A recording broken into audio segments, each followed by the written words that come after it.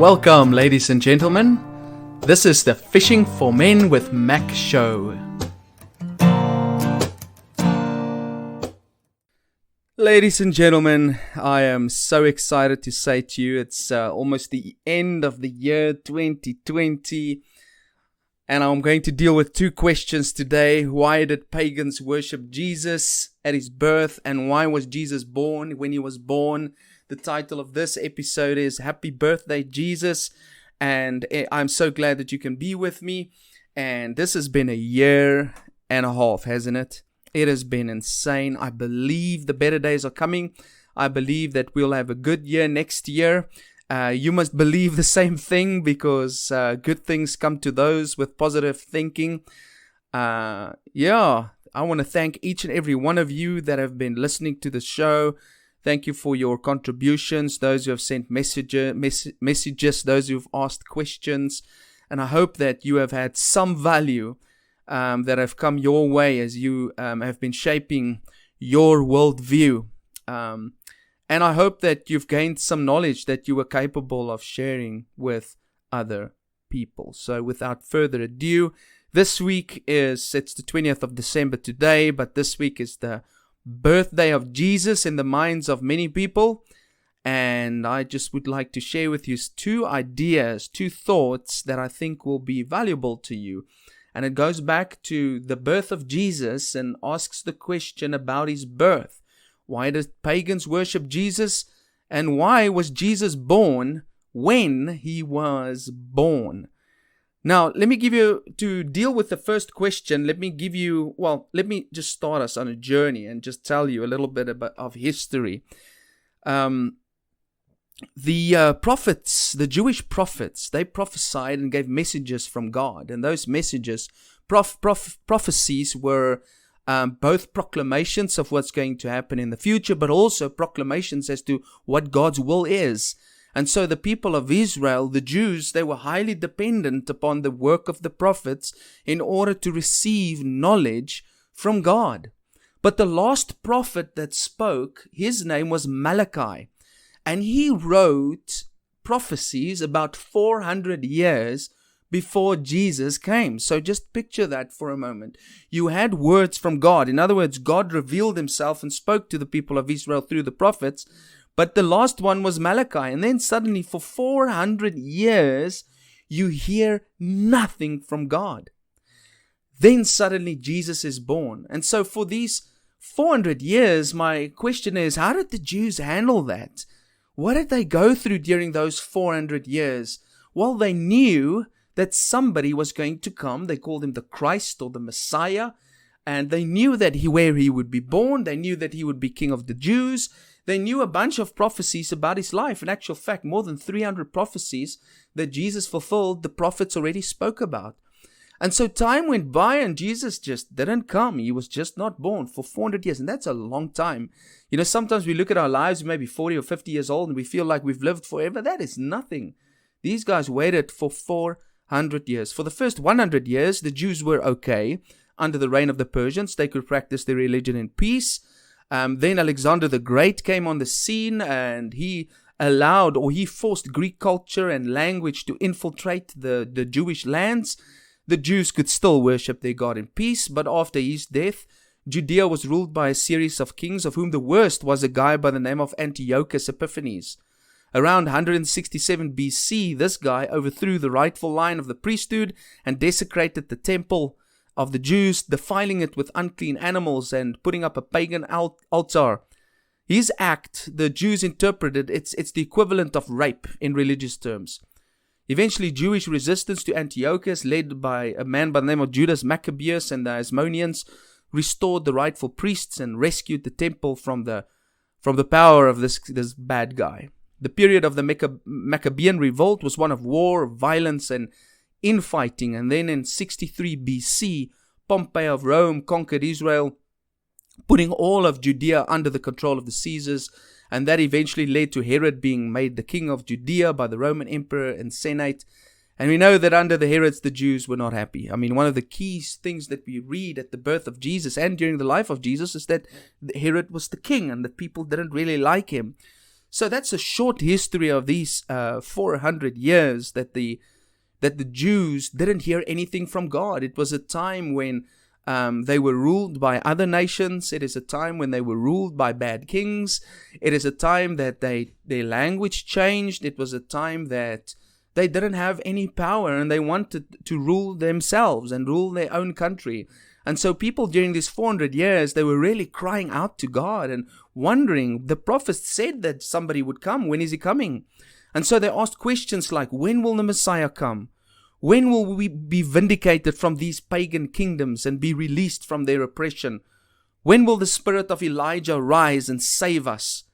The generations of the 400 years of silence were looking forward in anticipation of the birth of Jesus Christ. So the people in this world that were looking forward to the birth of Jesus Christ the most were the Jews.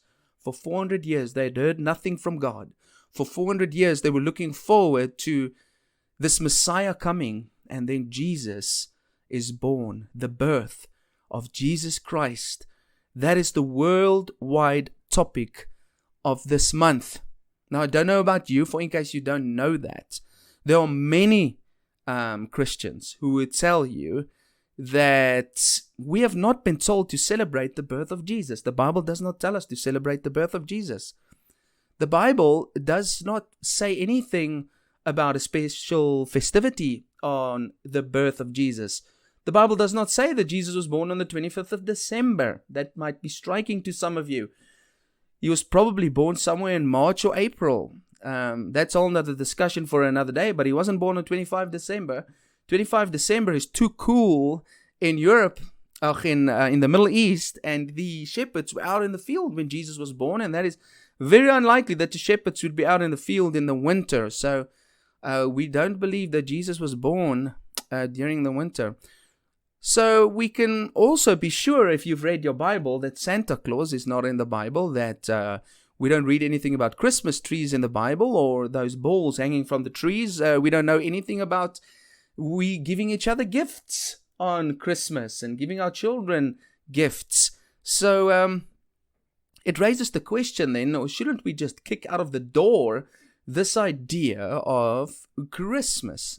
Now, I'd like to say in this podcast that the birth of Jesus is one of the greatest events that the world had ever seen.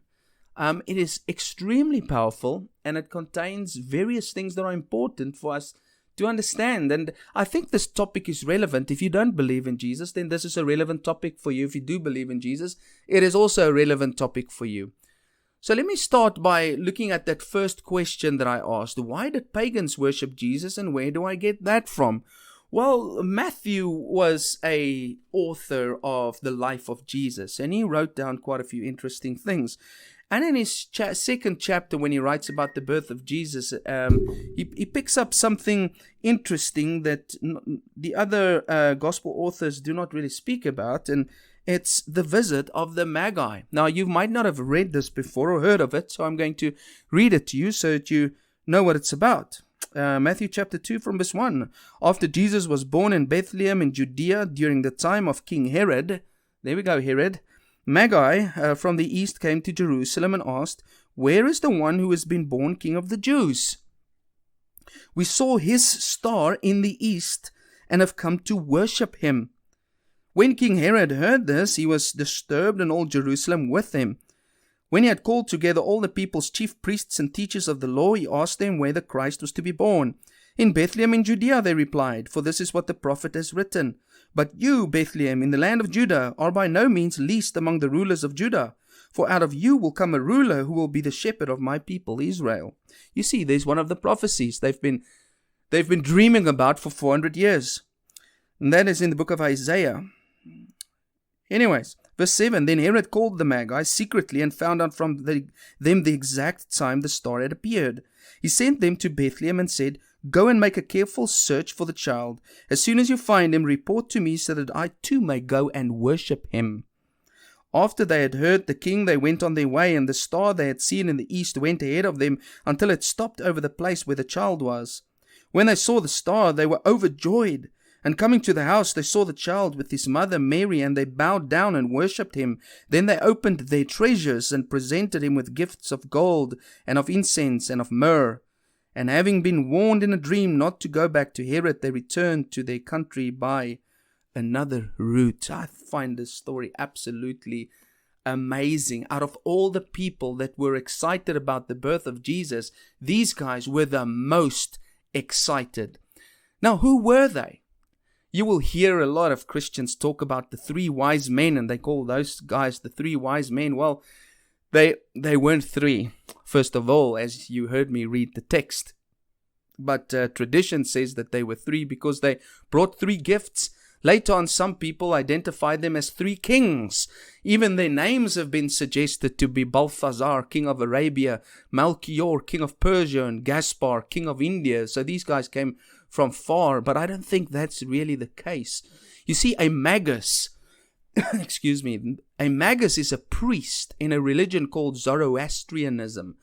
It's a religion that is still functioning today. There are about 110,000 worshippers in that faith. And the word Magi, as we read here in Matthew chapter 2, is a plural term. In other words, these were a group of people. They were worshippers of a Persian god by the name of Ahura Mazda. And this word Magi or Magi is where we get the word magic from. So these guys, they were magicians and astrologers. Their spirituality incorporated the stars. And you know what? These guys were good at their job. They came from the East. They came from what we understand today as modern Iran. And the question is, why were they so happy? Do you know why? Because it probably took them about 4 months to get to Bethlehem, to travel 1,500 kilometers by foot. Through their calculations, their worship of their false god, their observation of the stars, they were led from deep in pagan territory to come and bow down to a king who became a baby. All right, and that is Jesus. This was the greatest astrological experience of their lives, and that is what they lived for. So from their pagan religion, they could calculate using the stars when Jesus, the Son of God, would be born on the planet. And that is absolutely phenomenal, because some astrologers today can even pinpoint back when this actually took place, according to the stars. So what's the point here? God called the wisest men from the heart of the pagan world to come and worship Jesus. He draws excitedly respected men from Zoroastrianism from the heart of Iran to Jerusalem to worship the King of the Jews. Now, if you've been keeping track of politics, you will see that the Iranians and the Jews, they despise each other. Iran hates Jerusalem. Well, hates the people of Jerusalem. So if you look at this in the light of contemporary politics, how Iran bows down to Judah, it's absolutely amazing. These guys brought 3 gifts. They brought gold that is usually presented to kings, frankincense presented to gods, and myrrh used for embalming the dead. And so the pagans confirmed with these gifts, without knowing it, that Jesus was king, that he was God indeed, and that he was going to sacrifice himself on a cross for the human race. We see here Gentiles bowing down to the Son of God. Now, what's the point? God does the same thing today. Think about it. He gets the whole world inspired to remember the birth of his Son this week, whether they believe in him or not. Just think about that. Billions of people who follow Jesus, some of them don't follow Jesus, some of them hate Jesus, some of them don't care. They're going to celebrate Christmas. So in a way, it's very much the same. They are going to celebrate the birthday of a person they don't even know, whether they're pagan or not. Whether there's paganism in the Christmas ordeal or not, whether Christmas is in the Bible or not, millions of people are going to sing joy to the world and away in a manger, whether they live for Jesus or not, whether they respect him or not, whether they know it or not, they praise him on his birthday. Somehow, God has allowed millions of homes to light up with Christmas lights, signaling that His Son is the light of the world. Millions of evergreen trees have been set up, which is linked to the life that the Son gives. So we can really sit and criticize all the non-biblical ideas of Christmas, or we can sit back and watch people celebrate the birthday of someone they probably don't even know. And that in itself is for me a miracle. That in itself for me is evidence of the existence of God. Listen, you are quite special if people celebrate your birthday and they don't even have a relationship with you. And it really doesn't seem like Christmas is going to die away soon. But you do if you're a Christian, and that's why you are a follower of Jesus. And I just want to say that wise men still seek Jesus. These were the wisest men of Iran, and they were looking for Jesus. And I want to say to you who's listening to this, who sometimes feel like people are mocking you for seeking Jesus and following Him, just remember John 18 verse 37, everyone on the side of truth listens to me. That is what Jesus said. If you're on the side of truth, you listen to Jesus. The truth, as we can see lately, is a very hard thing to find in our world. Look at the US elections. It's a battle over truth. What is the truth? Was there interference in the election, for example? When you look at social media, it's so hard for us to find the truth. We can't trust the news channels. Where do we find truth? Jesus said everybody on the side of truth listens to Him. So even if we're a minority that's looking for the truth, it is okay. And do not forget that Paul told the Corinthians that Jesus on the cross, the message of Jesus on the cross is foolishness to the world. So many people do look at us who really believe in Jesus and say, you guys, listen, you guys are following a really foolish thing. Some guy who died on a cross some 2,000 years ago. So expect that people will see us like fools, but do not forget Psalm 14 and verse 1. The fool says in his heart, there is no God. And the reason why God calls him a fool is because he looks at the mountain and he cannot understand that there's a God. He looks at his own wife giving birth to a child and he can't understand the miracle of that and point out that there is a God. He looks at creation.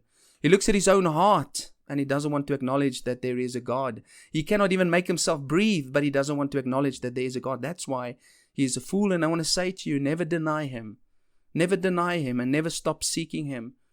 The great apostle Paul met Jesus on the road to Damascus, and he said in Philippians chapter 3 and verse 10, I want to know Christ and the power of His rising. I want to share in His suffering, conform to His death. Even the great apostle who met Jesus still said he wanted to follow Him.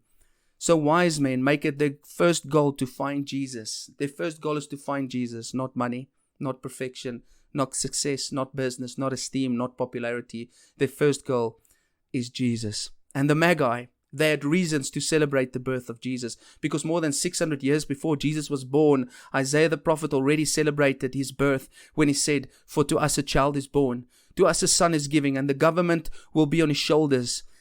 And He will be called Wonderful Counselor, Mighty God, Everlasting Father, Prince of Peace. Jesus Christ meets every need that we have. Therefore, His birthday is special.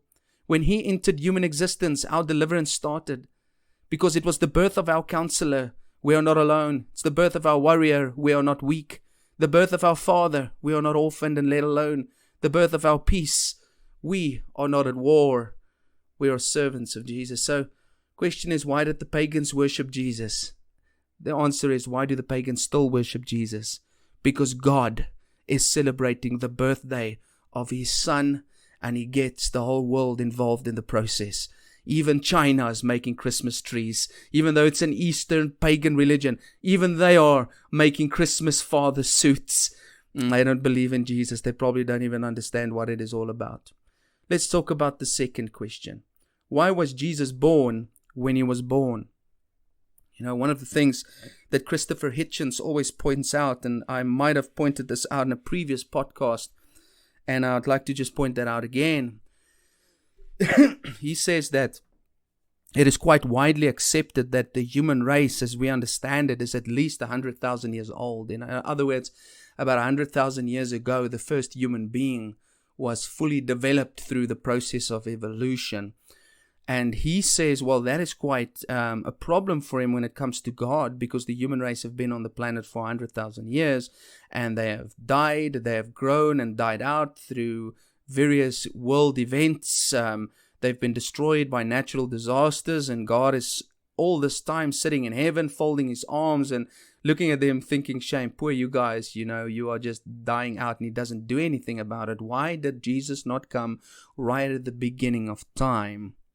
Now, I'm not going to debate the age of the human race or the age of the earth. I'm just going to give you an answer that I think was profound, that was given by Dr. William Lane Craig. And I think that I think Mr. Hitchens is asking a very valid question. Why did Jesus come at the time that he came? Why didn't he come earlier? And here is a good answer. According to population statistics, there have been about 105 billion people that have ever lived. So think about that. 105 billion people that have ever lived, and only 2% of them were born before Jesus. Just think about that. There's been about 105 billion people that have ever lived, and only 2% of them were born before Jesus. You know what that means? It means that 98% of the world's population was born after Jesus. 98% of the world's population were born after Jesus. So when we think about the time before Jesus, we think that there were billions upon billions upon billions of people that lived. No, very few people lived before Jesus. And this is not what the Bible says. This is what secularism says. And so let's go with the secularist facts. You see, and that's interesting because Jesus showed up just before the exponential explosion in the world's population. At exactly the time that Jesus came was the start of exponential growth in the world's population. The world's population has multiplied and multiplied numerous times over the last 2,000 years, more than the supposed 100,000 years before that. Jesus came at exactly the right time because the Jews were prepared. Roman peace dominated the Roman world. It was an age of literacy and learning. The stage was set. In Galatians 4 verse 4 says, when the time had fully come, God sent his Son into the world. Now, let me expand on this. And let's go back to the Jews who waited 400 years for the Messiah to come. For 400 years, they didn't hear anything from God. What happened during that time? Well, let's talk about travel for a moment. And the Romans themselves were part of the answer. For the first time in history, the Mediterranean world, the cradle of civilization, was unified at the time that Jesus came. Alexander the Great, a Greek, had been the first to bridge so many nations, but the Romans had built a foundation that would last longer. They had constructed the famous Roman roads. You've heard the saying before, all roads lead to Rome. Do you know why that is said? Because the Romans built roads, 400,000 kilometers of roads that would allow messengers to travel safely with news and ideas, as Paul and the first missionaries did.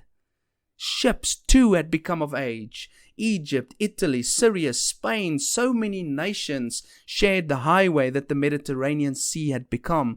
Here was yet another means for the message of Christ to spread far and wide. There was also the Pax Romana, the Roman peace that endured from 27 BC until AD 180.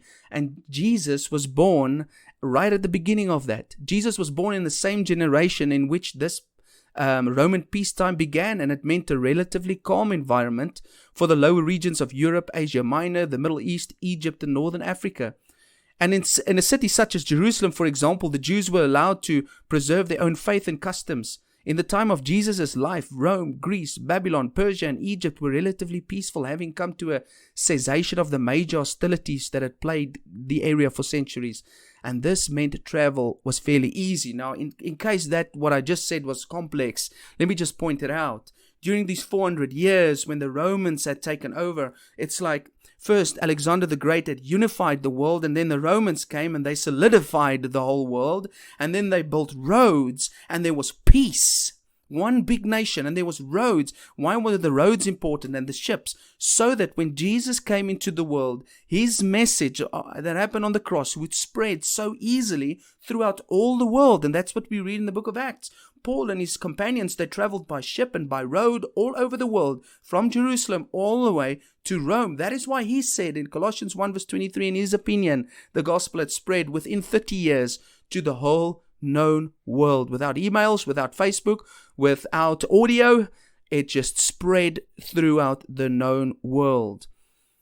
Let's talk about language and literacy. The Romans had taken efficient control of much of the known world, but they were still overshadowed by their Greek predecessors in one respect. For many years, people almost everywhere continued to speak Greek. Now, Hellenic Greek happened to be one of the most beautiful and articulate tongues the world has ever known. It seemed custom-built for the ideas that distinguished Christian life and thought. Would the world have learned Hebrew in order to consider the claims of Christ? It's hard to imagine. But the shared language, Greek, made it possible for Paul and others to travel to many countries and tell people the good news of the gospel without cumbersome translation. The world was also already culturally connected. Wars were minimal. No resources could be devoted to culture, philosophy, and education. Resources could be devoted to culture, philosophy, and education. A singular culture spread across the region, ensuring most people understood a common language, and even the adherents of the most far-fetched religion were familiar enough with the reigning philosophy that meaningful communication was possible. So what do we find so far? During this 400-year period of silence, God allowed the Romans to produce a world filled with peace so that when the message of Jesus came in, it would be easily accepted. God also led the Romans to build roads to take hold of the ships so that the message of the cross could spread throughout the world. But during this time as well, the Greek language infiltrated the biblical lands and became a sort of a universal language, very much like English, so that the message of the gospel could be spread throughout the world in that one tongue. Other thing as well is spiritual hunger. The region was not only culturally coherent, it was spiritually hungry. The ineffectiveness of the Roman gods was becoming more and more evident. The claustrophobic Roman rule kept Jews on the lookout for the promised Messiah to deliver them, and individuals were seeking for something better in their own lives, beyond the state and the state-ordained religions. So the Jews were hungry for Jesus to come.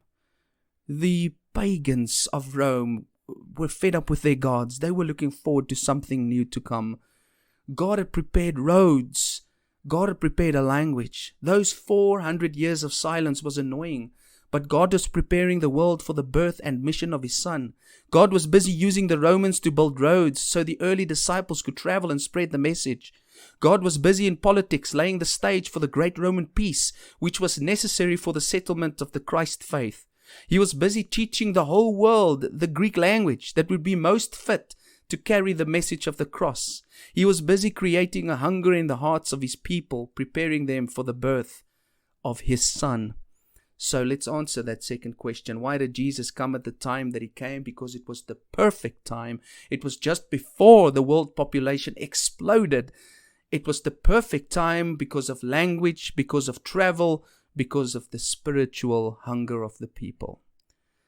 Ladies and gentlemen, if you believe in God, I'd like to say to you that God is always on time. Ecclesiastes 3 verse 11 says that God has made everything beautiful in its time. Everything is gorgeous. Everything is perfect in God's time. Not your time, not my time. God is not early. God is not late. Let me conclude with some thoughts, and these are just some spiritual tips I'd like you to take with you. You have something to learn about Jesus. If you don't know Him, be wise. Get to know Him. Don't make judgments about Him if you haven't met Him. Never think that you know Him enough if you claim to know Him. Not even Paul was so arrogant. Always anticipate finding more of Him. Always learn more from Him. And you do that through the Word. You do that through His people. Don't think you are wise, but you never read the Word of Jesus. Prove your wisdom by seeking Him. Secondly, you might be waiting for God, waiting for Him to do something in your life. Allow God to take His time. Don't rush God. You want a new car? You want a new wife? You want healing? You want resolve in your business? If you walk by faith, lean on prayer, then let God do what He needs to do. Trust Him. And also, don't wait for God to do things in your life if you're not seeking Him or following Him. Don't expect anything from Him. He is busy preparing the exact right context to bring birth to your needs at exactly the right time. Let me conclude and just say, happy birthday, Jesus. We believe you live. We don't know on which day you were born, but we thank God that you were born. Ladies and gentlemen, may you have a wonderful Christmas festive season. May you remember Jesus and honor God through that.